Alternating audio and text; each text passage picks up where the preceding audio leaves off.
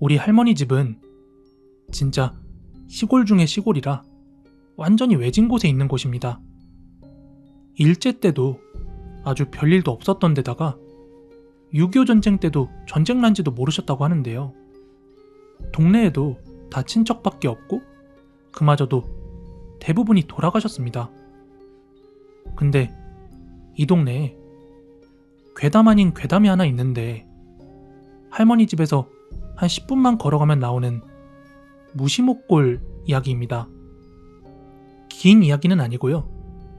전해져 내려오는 이야기를 종합해서 한번 얘기를 해보자면 조선시대 때는 이 동네에 사람이 꽤나 많이 살았다고 합니다.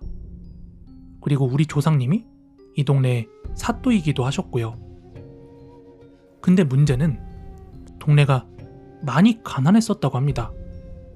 특히 흉년이거나 뭔가 농사가 잘 안 되면 굶어 죽는 사람이 꽤 많이 생길 정도로요. 그래서 동네에서 하나 해결책을 만들었는데 그건 바로 조금 약한 애가 태어났다거나 갓난아기가 몸이 많이 아프면 근처 계곡에다가 그냥 집어던져 버렸다고 합니다. 입을 하나라도 줄여야 되니깐요. 그게 한참 동안 이어져서 그 강가에는 아이들의 뼈가 지금도 굉장히 많이 묻혀져 있다고 합니다. 그런데 이제는 나무도 많이 자라고 풀도 너무 높이 자라서 들어갈 수가 없습니다. 실체를 확인할 수 있는 건 그 옆에 산으로 올라가는 길밖에 없는데 지금도 거기 올라가면 오른쪽 낭떠러지에 물이 졸졸졸 하고 흐르는 소리가 들립니다. 저도 그 계곡이 어째 생겼는지 본 적은 없지만 소리가 들리기 때문에 뭔가 있는 건 확신을 하고 있습니다. 근데 우리 할머니가 젊으셨을 적에는 거기를 그냥 걸어 들어갈 수 있었다고 하는데 거기서 빨래도 자주 했었다고 합니다. 그러던 어느 날이었대요. 고모 할머니가 밤에 빨래를 하러 그 계곡에 들어갔는데 어딘가에서 웅얼웅얼 뭔가 이상한 소리가 들리길래 이거 어디 산짐승이 있나 싶어서 빨래하면서 계속 주변을 두리번거리셨대요. 그런데 그 웅얼거리는 소리가 점점 커지면서 선명하게 들리기 시작했는데 애기들이 우는 소리랑 함께 아이들이 막 옹알이하면서 엄마나 아빠를 찾으면서 막 울면서 부르는 소리 같은 게 들렸다고 합니다. 고모 할머니도 순간 식겁하셔서 빨랫감만 챙기고 거기서 뛰쳐나오셨고 그 뒤로는 괜히 무서우셔서 다시는 간 적이 없다고 하십니다. 아까 말했다시피 거기를 지금은 들어갈 수 없지만 그 옆에 있는 길목에서 물이 흐르는 소리는 들을 수가 있는데 그 길목의 이름이 무시목골입니다. 근데 왜 그 길 이름이 무시목골이냐 하고 물어보니까 거기 계곡에서 소리만 오랫동안 들어도 홀린대요. 그래서 떨어져서 죽는다는 말이 되게 많았다고 합니다. 그런 무시무시한 일이 꽤나 많이 일어났다는 뜻에서 무시무시한 골목, 무시무시한 길목 이렇게 동네 사람들이 이름을 붙인 거라고 합니다. 처음 들었을 때 느꼈지만 이 무시목골이라는 이름이 되게 뭔가 무서운 뜻이 있었나 싶었는데 이야기를 듣고 나니까 이름 되게 대충 지었구나 싶더군요. 지금도 거기 가면 근처에서 소리를 들을 수 있고 주변을 볼 수가 있는데 동네에 사람도 한 명 없어서 좀 쫄리긴 합니다.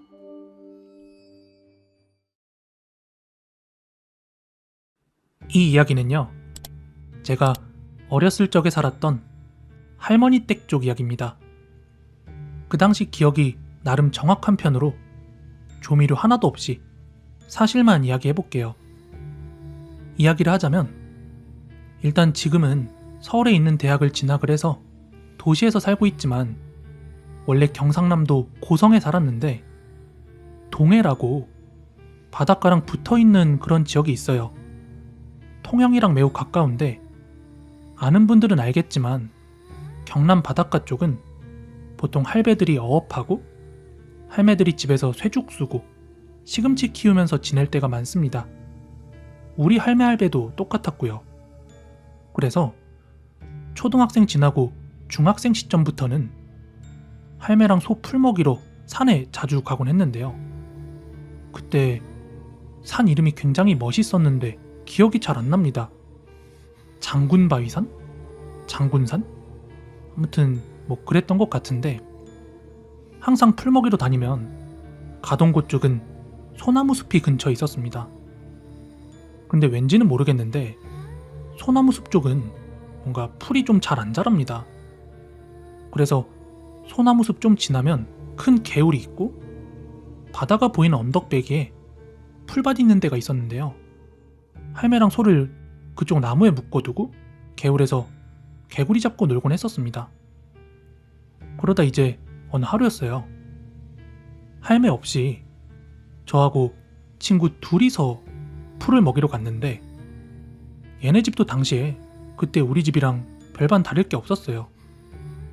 이름이 동규였는데 아무튼 장마가 지나고 난 뒤에 하늘은 흐린데 날씨는 후덥지근하고 참 불쾌지수가 높았던 걸로 기억합니다.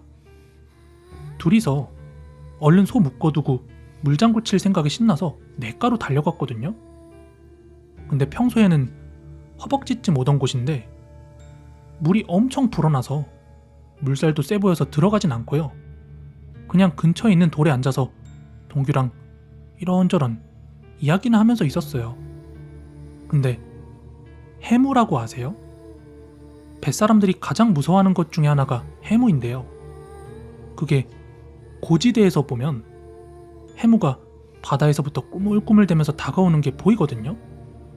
그때 제가 동규한테 정확하게 안개 온다 이렇게 말하는데 동규가 바다가 아니라 냇가 쪽을 보면서 뭔가에 홀린 듯이 야, 큰 뱀이 꾸물거리고 있다 이러는 거예요. 원래 대화를 하면 보통 주고받는 식으로 말하는데 그때 제가 만약에 안개 온다 이렇게 말했으면 아, 아버지랑 할배들 빨리 오겠네 하고 대답이 와야 하는데 큰 뱀이 꾸물거린다니까. 그치만 평소 동규랑 저는 뱀을 너무 많이 봐서 엔간한 거 아니면 서로 말도 안 하고 뭐 7.4나 뭐 독사 같은 거 봤을 때나 밟을까봐 조심하라고 말해주고 뭐 그랬거든요. 아무튼 뭔 소린가 하고 동규를 보니까 냇가 하류 쪽에 물이 복류라고 해야 되나? 아무튼 허벅지까지 오는 수심이 대부분인데 엄청 깊은 틈바구니 같이 한 곳만 수심이 좀 돼서 좀 푸르딩댕하게 보일 정도로 깊은 곳이 있거든요. 거긴 물살도 좀 있어서 하류 쪽은 놀지도 않는데 여튼 동규가 거기만 뚫어져라 보는 거예요. 그래서 저는 좀 커다란 물뱀인가 싶어서 봤는데 진짜 거짓말이 아니라 어마어마하게 컸습니다. 진짜로. 그래서 우스갯소리로 동규한테 뭐야? 야, 산신령 마실 나왔는갑다 라고 했는데 이게 정말 보고도 믿기지가 않더라니까요. 어느 정도냐면 다 큰 소 한 마리는 우습게 쪼아서 삼킬 만한 그 정도 크기라고 하면 감이 오시나요? 그런 게 깊은 물 위에서 꿈틀대고 있는데 엄청 무섭더라고요. 근데 뱀이 무슨 색이었냐면 검은색이랑 갈색이랑 둘이 한 번에 있는 색인지 아니면 갈색인데 물이랑 날씨 때문에 검게 보였는지도 몰라도 흑사였습니다. 제가 봤을 땐. 우연인지 아닌지 아무튼 그렇게 동시에 그 뱀을 보고 야, 진짜 크네 하고 있을 때 소낙비가 엄청 쏟아지더라고요. 원래 소가 물 맞으면 감기 걸린다고 비 올 때는 풀도 안 먹이는데 그날 날씨도 약간 흐린 정도였거든요. 장마 때문에 풀을 못 먹여서 오랜만에 날씨가 갱김에 나간 거라서 저하고 동규는 정신 차리고 이제 소를 데리고 바로 내려왔습니다. 뭐 큰 뱀 좀 본 게 뭐 대수냐 라고 할 수도 있는데 이게 20년 이상이 지난 지금까지도 기억나는 이유는 우리 할매가 해준 말이 아직도 기억나서 그래요. 할매가 제가 너무너무 큰 뱀을 봤다 하고 그 상황을 설명해줬더니 할머니 말씀하시기를 네 이무기봉기라 하면서 껄껄 웃으시더라고요. 할매 말로는 이무기가 물 깊은 데 있다가 잠깐 나왔는데 마침 느그 눈에 띄어서 용이 못 돼서 화가 나서 소낙비 내린 거다 이렇게 말씀을 하셨거든요.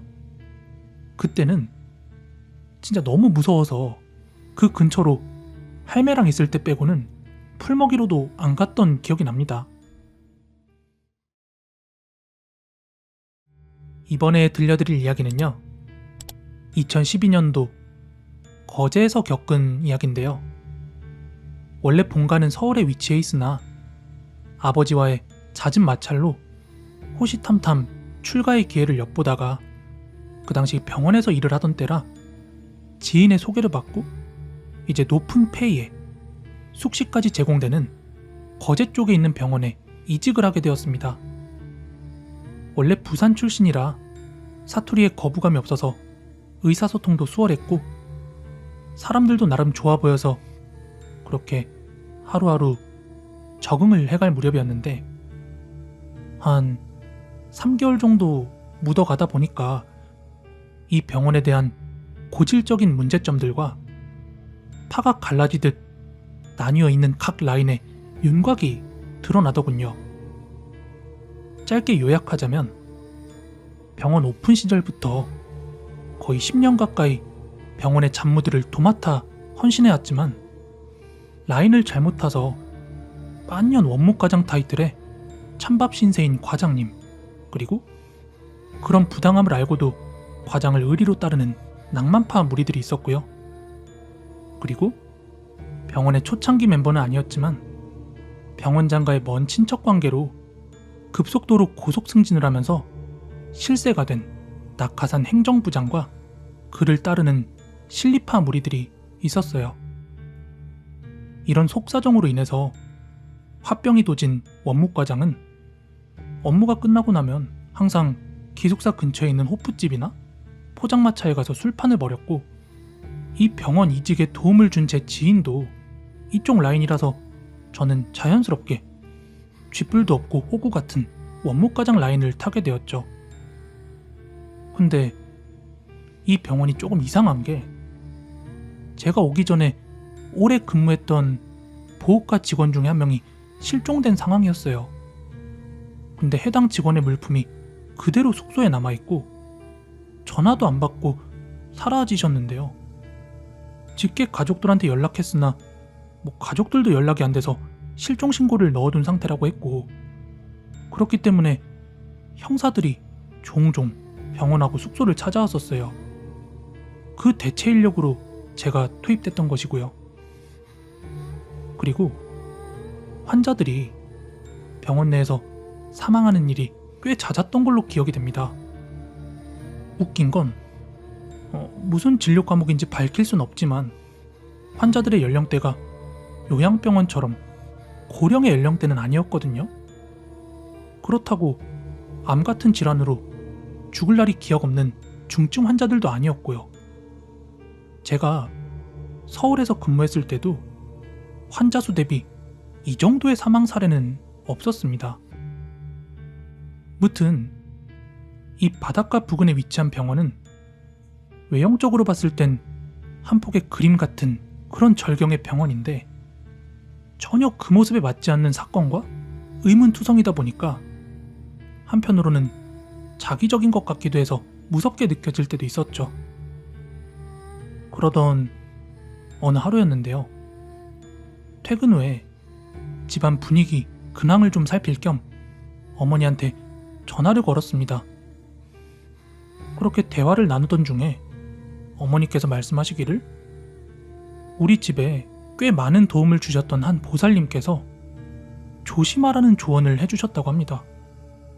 그리고 베개나 지갑에 넣어둘 용도의 부적을 받았는데 그때는 제가 타지에 있다 보니까 그걸 직접 전해줄 수가 없어서 택배로 너가 필요한 물건과 함께 넣어서 보내겠다, 그런 내용이었어요. 그리고 한 그쯤이었는데 일주일 사이에 격일 텀으로 꿈을 꾸게 되는데 얼굴이 화상으로 알아볼 수조차 없는 남자가 암흑을 배경으로 굉장히 슬픈 눈을 하고 아무 말 없이 부동자세로 서 있거나, 또 어떤 날은 무언가를 손가락으로 가리켜 알려줄 듯 하다가 깨는 상황이 계속 반복되었어요. 그리고 사건이 일어난 바로 당일날 어머니의 목소리로 추정되는 "코비야, 가스불!" 하는 여자의 다급한 외침과 함께 펑 하는 울림에 잠에서 깨게 되었습니다. 전날 야근을 했던지라 저는 비번이게 취침 중이었고, 거실에서는 이브닝 근무 출근 전에 식사 중이었던 직원 두 분이 계셨었죠. 그래서 이게 뭔 상황인가 싶어가지고 깜짝 놀라서 제가 방을 나와보니까 숙소의 철제 현관문은요, 마치 씹던 엿을 반으로 짓이겨 눌러놓은 것 마냥 한쪽 벽에 문체로 처박혀 있었고요. 성명가루인지 폭발 연기인지 앞이 잘 안 보일 정도로 사방이 뿌옇게 보였습니다. 그나마도 바닷가 근처라 먼지는 바닷바람에 금세 거쳐서 상황 파악이 바로 되었던 것 같습니다. 유리파편 범벅이 된 계단을 조심스럽게 내려와서 건물 밖으로 나가보자 온몸이 화상 자국에 피칠갑 범벅이 된 원무과장이 주저앉은 채로 저하고 기숙사 멤버들을 하얗게 변해버린 배관으로 빤히 바라보고 있었습니다. 눈이 백내장눈처럼 변해버렸더라고요. 그리고 그 맞은편에는 반차를 쓰고 숙소를 복귀하던 간호과장이 바닥에 쓰러져서 울고 있었고요. 당시 북한이 도발성 메시지 일환으로 호란듯이 미사일 발사 훈련을 어필하던 시기라서 병원 내 직원들 사이에서도 처음에는 전쟁이 난 줄 알았죠. 또 하늘에서 낮게 하강하면서 훈련 중이던 공군 전투기들이 종종 목격되던 시기니까 말이에요. 근데 후에 자초지종을 들어보니까 내용은 이러합니다. 비번날 극도의 우울증에 평소에 정신과 약을 처방받던 원무과장 스스로 LPG 가스 밸브를 잘라 열어놓고 그대로 라이터불을 붙였다고 합니다. 폭발 당시 제가 밖으로 나왔을 때는 그 원무과장이 현관 앞 바닥에 앉아 계셨는데, 알고 보니까 막 폭발한 직후에는 건물 뒤편에 있는 논밭으로 튕겨져 나갔다가 스스로 걸어서 건물 현관 앞까지 오셨던 것 같습니다. 119 구조대가 왔을 때 들것에 실릴 때도 부축을 해주려던 저와 직원들의 손길을 거부하고 스스로 혼자 올라타서 누워서 이송이 되는 모습을 보았거든요. 그런데 당시 전혀 의사소통이 안 된 걸로 봐서는 아마 고막도 나가버린 게 아닐까 하고 추정이 됩니다. 그렇게 병원 화상치료 중에 며칠을 고생하시다가 결국 하늘나라로 가셨습니다. 아마도 이제 대구 쪽에서 대리운전 하시는 분의 이야기 같아요. 꽤 오래전 이야기고, 일단 이 글쓴이 분께서는요, 이 이야기 100% 실화다, 한 채 거짓도 없다라고 하셨어요. 이 글이 써진 게 2007년도니까 지금으로부터 18년 전이고요. 근데 당시에 이 사연자분께서는 다리를 좀 다쳐가지고 한동안 일도 하는 둥 마는 둥 하고 좀 쉬고 있었다고 합니다. 사건이 있었던 날은 비가 추적추적까지는 아니지만 어느 정도 적당히 흐린 어느 날의 금요일이었대요. 이제 금요일이다 보니까 한 푼이라도 좀 벌어볼 요량으로 오늘의 목표, 어느 정도 일을 할 것인가 이런 걸 설정하고 당당하게 집을 나섰대요. 그러나 이제 첫 콜부터 뭐 어디 멀리 돌아다니시다가 한 3개 정도 타고 나니까 어느덧 시간이 12시를 한참 넘어버리셨다고 해요. 그리고 나서 이제 월성이라는 곳에서 쩔뚝거리면서 한참을 걸어 나와서 본리 내거리에 이르러서 이제 손님 한 콜을 받아서 운전을 하러 간 거예요, 대리운전을. 거기서 손님을 만났더니 진량이라는 곳을 간다고 합니다. 그래서 마지막으로 그 콜을 수행하고 당시에 이제 대구 지역에서 대리기사들 픽업해주는 그런 차량이 있었대요. 유료로. 그걸 카바라고 해요. 그래서 이분이 그 카바를 타고 경산 영대에 도착해서 또다시 한번 카바를 탔어요. 아무튼 이 카바차를 타고 가는데 그 안에서도 이제 대리를 잡기 위해서 막 어플 같은 거, 전화 콜 같은 걸 보고 있었는데 이 경산 쪽으로 설정해가지고 콜을 잡으려고 하니까 이 고수들이 많아가지고 한 채 빈틈도 없이 다 찍어가는 바람에 본인한테 기회가 하나도 안 오더래요.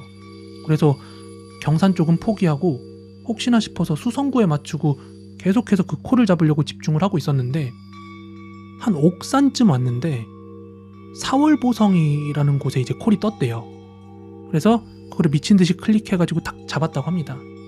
그 카바차 안에 다른 대리기사분들도 계셨는데 지극히 혼자만의 생각이겠지만 그분들의 이제 부러운 눈길을 뒤로 하고 카바차에 내려가지고 보성 아파트 앞에 있는 대구은행으로 갔대요. 그랬더니 손님이 대기를 하고 있었다고 합니다. 아무튼 그렇게 승차를 해서 이 손님한테 목적지를 물으니까 동호지구였대요. 아무렴 어떻습니까? 응? 이 고수들을 물리치고 힘들게 잡은 콜인데 그래서 손님에게 빵긋 웃어주면서 안전운행을 약속하고 이제 차를 출발을 했죠.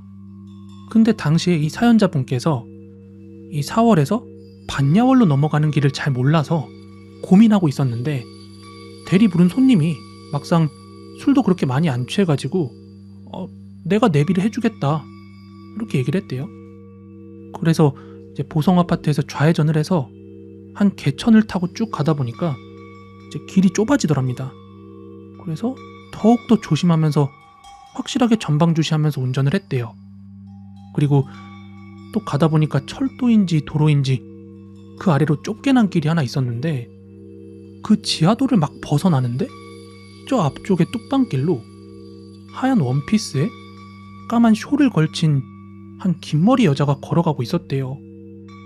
근데 거기가 뚝방길이라서 이렇게 조심해서 가고 있는데 그 여자도 뒤에서 차가 오면 잠시 갓길 쪽으로 이렇게 붙어주면 좋으련만 아예 뒤도 안 돌아보고 투벅투벅 걸어가더래요. 그리고 이제 곧 천천히 움직이면서 여자를 스쳐 지나갈 무렵이었습니다. 갑자기 보조석에 타있던 손님이 그 창을 쫙 내리더니 고함을 지르더래요. 야, 너 내가 산으로 돌아가라고 했는데 아직도 안 갔냐? 이러는 게 아니겠어요? 그래가지고 이 사연자분께서는 아시는 분인가 싶어가지고 차를 세우려고 했는데 손님이 서지 말고 그냥 가라고 이렇게 신호를 주더래요. 그래서 사이드미러로 슬쩍 뒤를 보니까 그 여자는 고함 소리에 전혀 놀라지도 않고 그냥 앞으로 계속 걸어오고 있었대요. 그리고 손님 또한 조용하다 보니까 더 이상 말하지 않고 집중해서 운전을 하고 있는데 한참을 더 왔을 때쯤에 옆에 앉아있던 손님이 딱 말을 걸더랍니다. 혹시 아까 놀라지 않았어요? 아니요. 그냥 새벽에 여자가 저래 혼자 어디 가나 궁금하긴 하네요. 이랬더니 이 옆에 앉아있던 손님이 이러더랍니다. 저거 사람 아니에요. 저거 귀신입니다. 그래가지고 이 사연자분께서 아니 이 양반 술도 안 먹은 것 같은데 웬 뜬금없이 귀신 씨나라 까먹는 소리를 하나 생각을 했는데 갑자기 이 손님이 하는 말이 이 귀신들도 일반인들은 막 홀리려고 들고 빙의하려고 들고 하는데 이런 경찰관이나 소방관들은 오히려 귀신들이 피한다면서 본인이 소방관이랍니다. 경찰관이나 소방관들은 평소에도 험한 것들을 너무 많이 접하기 때문에 귀신들도 본인들은 피한다는 말을 하더라는 겁니다. 근데 아까 그 여자한테 왜 그렇게 고함을 쳤노 하니 원래 자기가 이 길을 자주 다녀가지고 저 똑같은 여자 귀신을 자주 봤대요. 그래서 더 이상 나타나지 말라고 야, 너 저기 무덤 있는 산으로 가라. 산으로 돌아가라. 이렇게 몇 번이나 이야기를 했었다고 합니다. 그러면서 이 길을 본인이랑 같이 왔기에 다행이지 만약에 다른 일반인이랑 왔다? 아마 그 여자 보지도 못했겠지만 그럼에도 불구하고 눈에 보였다면 아마 아까 그 여자 귀신한테 해코지를 당했을 거다 이러면서 겁을 주더랍니다. 그래가지고 이 양반이 정말로 이야기하는 건지 아니면 차를 타고 오는 와중에 갑자기 술 기운이 올라서 헛소리하는 것인지 감이 안 오더래요. 아무튼 이제 그 손님을 동호지구에 내려주고 이제 카바차 타러 걸어가면서 암만 생각해봐도 저 손님이 술에 취한 사람 같지는 않았고, 그렇다고 정말 귀신은 내 눈으로 봤다고 믿어버리기엔 좀 찜찜하기도 하고, 하여튼 쭉 집으로 돌아오면서 아무리 생각해봐도 이게 너무 답답하기만 해서 아는 친구한테 전화를 걸었대요. 한번 의견을 물어보려고. 근데 원래 멀쩡하게 잘 쓰고 있던 전화가 걸리지가 않더래요. 그래가지고 이게 우리가 모르는 다른 영역이 있을 수도 있겠구나, 그냥 편하게 생각하자 하고 생각을 했대요. 그리고 그 일을 겪었던 그날 잠을 청하려고 하는데 계속 머릿속에서 맴돌았대요. 그 여자가 어떻게 생겼었지? 그 여자가 어떤 인상착이었지? 하지만 도무지 생각이 나지 않았다고 합니다. 뭔가 여자의 얼굴을 본 것 같기도 하고 안 본 것 같기도 하고. 그리고 나서 이제 잠에 들었는데 꿈에 웬 여자가 한 명이 나타났대요. 근데 그 여자는 나풀나풀거리는 하얀 원피스를 입고 까만 생머리를 막 휘날리면서 뛰어가더랍니다. 그러면서 이 사연자분을 딱 지나쳐 가면서 뒤를 돌아보더니 딱 한마디를 하더래요. 제가 무서우세요? 나는 네가 더 무서워요. 아무튼 이 금요일 새벽의 사건은 오래도록 본인의 기억에 남아있다고 합니다. 이 이야기는 예전에 알고 지내던 한 누나에게 직접 들은 실화인데요. 일단 가명으로 미영이 누나라고 하겠습니다. 이 누나네 집이 마산 합성동에서 국밥집을 하고 있었습니다. 누나는 부모님을 도와 그 가게에서 일을 하고 있었는데 그 동네의 식당 특성상 거의 대부분 밤에 하는 장사라 그 집도 새벽 늦게 일을 마칩니다. 근데 이 누나가 술을 무지하게 좋아했거든요. 하지만 항상 새벽 늦게 일을 마치니까 맘 편히 술을 마실 시간이 없어서 가끔 한 번씩 기회가 되면 아주 맘먹고 진하게 마시는 편입니다. 그러던 어느 한날은 새벽에 가게 장사를 마친 미영이 누나가 아는 친한 언니랑 술을 한잔 했대요. 근데 모처럼만의 술자리라서 조금 더 마시면서 언니랑 수다도 떨고 더 함께 시간을 보내고 싶어서 그 술집에서 나와서 근처에 있던 여관방을 하나 잡았었다고 합니다. 근데 그 당시 마산 합성동 아시는 분들은 아시겠지만 번화가이긴 하지만 건물들이 좀 오래된 것들도 많고 동네가 좀 그랬었죠. 아무튼 그때가 여름이라서 들어가자마자 땀 좀 씻어내고 술을 마시려고 함께 갔던 언니가 먼저 씻으러 화장실에 들어갔었대요.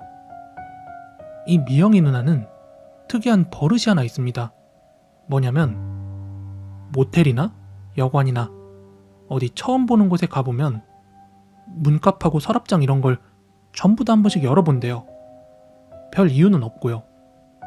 또 이 누나가 우리가 보통 이야기하는 아주 기가 센 스타일이라서 평소에 귀신도 많이 보고 혼자 자취하는 자취방에서 밤새 귀신이랑 머리채 쥐어뜯고 싸우는 일도 있었다고 했거든요. 믿거나 말거나지만요. 아무튼 그날 그 여관에 들어갔을 때도 왠지 기분이 영 좋지가 않더래요. 희한하게 벽에는 웬 일본 그림이 걸려 있는데 여자가 기모노를 입고 양산을 들고 있는 그림이었는데 그 그림이 왠지 막 째려보는 것 같기도 하고, 그러다가 결국 마지막으로 거기 있던 문갑을 열어보고는 기겁을 해서 씻고 있던 언니까지 불러내서 막 도망치다시피 해서 나왔답니다. 왜냐하면 그 문갑을 열어보니까 남자의 양말인데 마치 누가 신고서 누워있는 것처럼 발 모양을 그대로 갖추고 누워있더래요. 그때 너무 놀래가지고 누나네 집으로 둘이서 불이 나게 도망을 갔는데 막상 집에 와서 생각해보니까 엄청 열받더랍니다. 누나 성격이 앞서 말한 대로 기가 세거든요. 엄청 불같아서 반값도 그대로 날리고 언니한테 선물 받은 머리핀도 그대로 놔두고 나오고 누나의 성격상 곧바로 전화를 했나봐요. 새벽 늦게 전화를 한지라 자다가 일어난 건지 주인 아저씨가 전화를 받았는데 받자마자 누나가 주인 아저씨한테 막 따졌어요. 아저씨, 방이 좀 이상해서 그냥 나왔는데요. 아무래도 저 환불은 받아야겠거든요? 어떻게 귀신 있는 방을 내줄 수가 있어요? 그랬더니 이제 처음에는 주인 아저씨가 아니 무슨 소리 하냐고 발뺌하듯이 되려 따지고 들길래 누나가 아니 뭐가 있지 않고서는 내가 어떻게 그런 걸 목격을 하겠냐. 내가 직접 수소문해서 거기 무슨 일이 있었는지 다 알아보겠다고 다 소문낼 거라고 따박따박 따진 거예요. 그랬더니 이제 여관 주인이 하는 말이 돈 돌려주겠다. 일단 와라. 얼굴 보고 이야기하자. 이러더랍니다. 그래서 돈 받으러 다시 그 여관으로 향했는데 주인 아저씨가 이렇게 카운터 쪽에 나오더니 이 주인 아저씨가 아까 전화할 때랑은 완전히 다르게 미안하다고 그러면서 나도 다 먹고 살아야 되지 않겠냐. 제발 주변에는 말하지 말아달라. 이렇게 돈을 내어주면서 이야기하기를 사실 그 방에서 1년 전에 어떤 남자가 약 먹고 자살을 해서 여지껏 그 방 닫아놨다. 그러다가 지금 1년 만에 다시 그 방을 처음 열었는데 열자마자 받은 첫 손님이 누나였다는 거였죠.